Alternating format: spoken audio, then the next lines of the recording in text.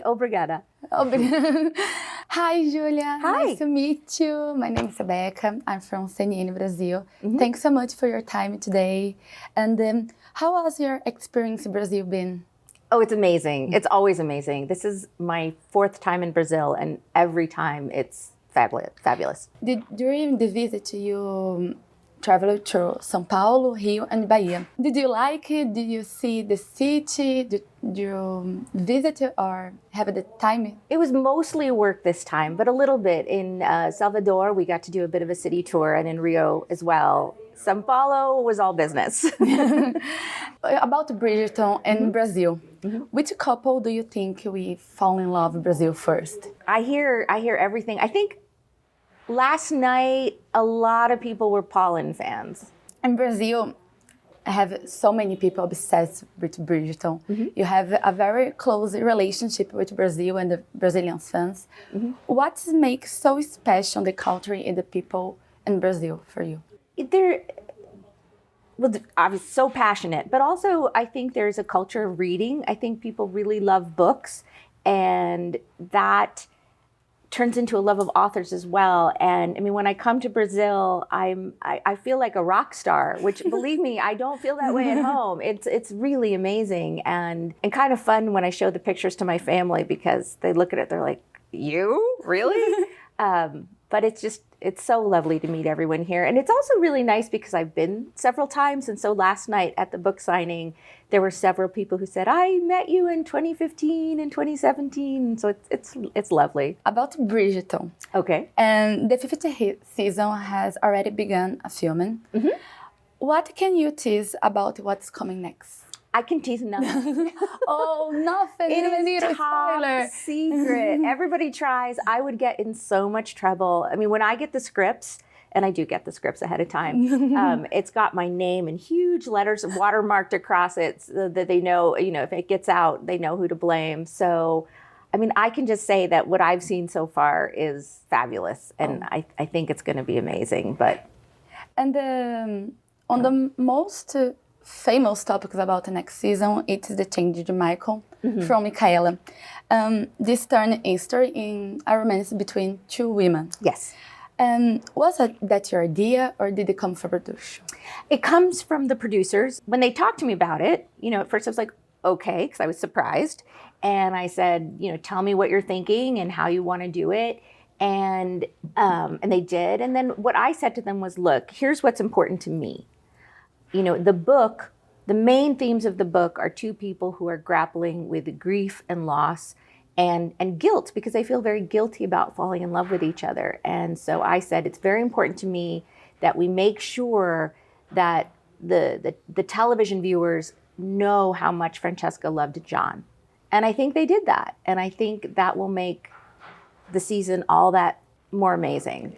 And what you would say to fans who are still resistant to this change? Well, for one thing, the book will always be there. I'm not changing the book. I know a lot of people have asked me to write When She Was Wicked, but I'm not going to rewrite the book. I'm sure there will be fan fiction. I'm not going to look at it because I don't look at fan fiction, but I think it's fine. The really wonderful thing about Bridgerton, the television show, is that so many people can see themselves in the story. And it is so important for people to be able to see themselves in a story that has a happy ending. That's not just about the difficulties of being gay or not being white, but to say, hey, you get a happy ending too. And, if it's going to give that to millions of people, I think it's wonderful. Bridgerton has become a reference when we talk about diversity. How do you see the impact of these stories today?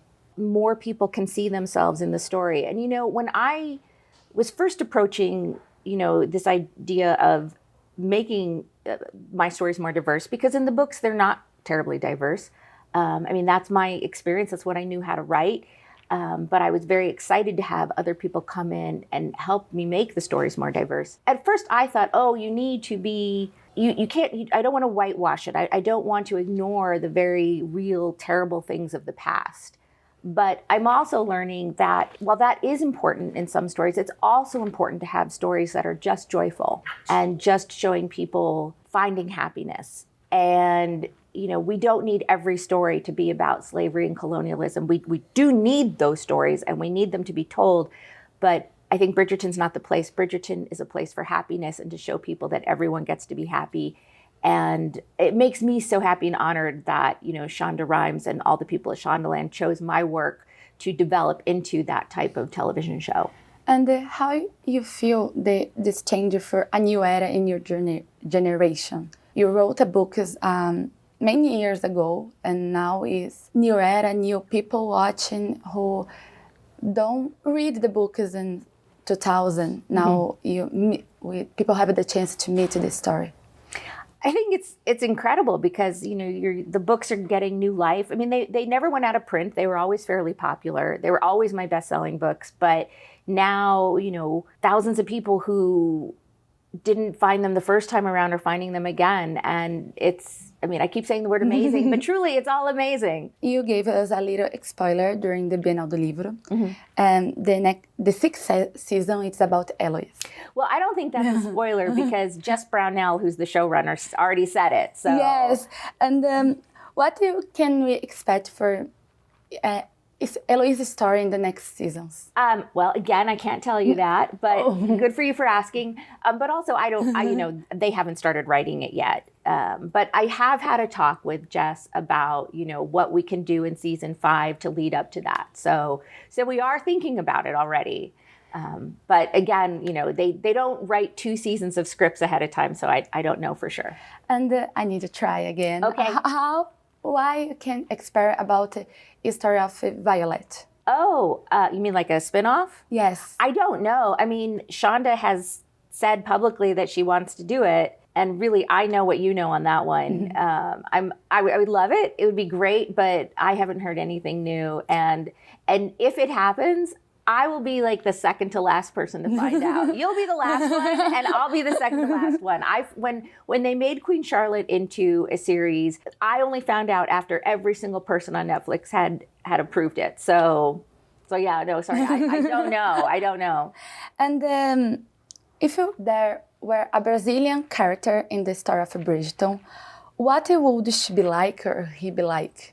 Oh, well, I hope they'd be like the readers that I've met, passionate and love to read. What would you say for a Brazilian fans? Thank you. Thank you for being such amazing fans and for reading the books for so long. I mean, before the show came out, I was most popular in the United States, obviously, but the second most popular country was Brazil, absolutely. And I even told the people at Netflix right before they announced that they were going to make the show, I said, you should be prepared because you're going to get a lot of comments from Brazil. And they were all like, yeah, whatever.